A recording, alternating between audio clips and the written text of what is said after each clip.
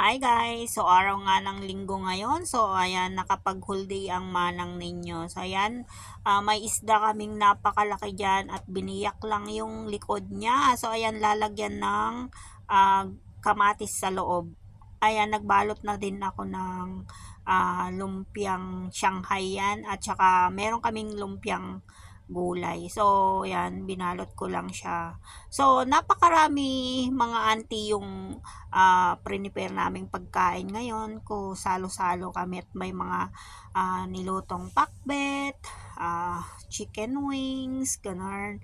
So, salo-salo kami kasi may mga uuwi, may mga may pupuntang iba. So, ayan, tumpong naman na ayun holiday namin at saka nakakuha din ako ng whole day.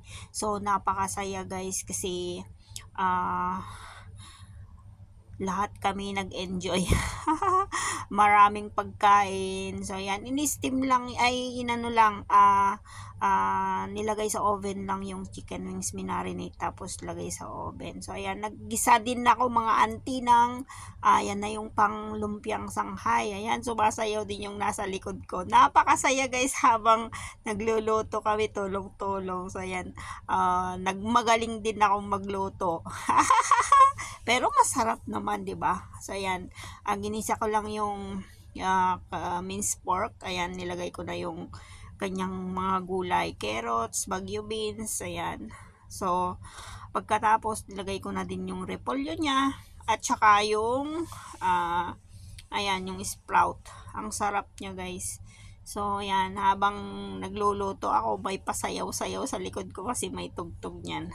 Pagkatapos niyan, guys, ayan, naggawa din kami ng buko salad. So, ayan, super crave namin. Gustong-gusto namin lahat dyan.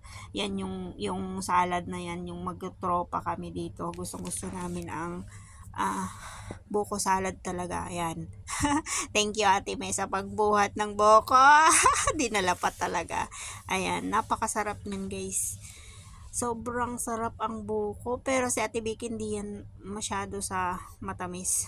So, ayan na yun. Kainan na. Ang daming food. Ayan. Sobrang sarap. Sobrang busog namin. Ayan. Tama na po. Ano yan? Hindi kasi Ano lang sana ako eh. Sarap ng isda. Uminom ako ng gamot. Ay, may laman yung isda. Prepare. Oh, yellow!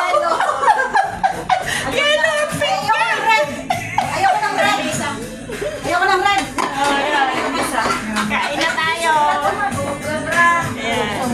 Mukhang sobra na bilang. Ayan, pagkatapos namin kumain, ayan, nilabas na yung aming sweet. Napakasarap. Ayan, thank you Ate Salvi sa Cheiko na napakasarap. Ayan, may salad. Nandyan na yung buko salad namin. Ayan, napakadami ang nakain ko dyan, guys. So, sobrang sarap. Pagkatapos nga namin kumain, ayan, panoorin nyo ang ganap sa nangyari.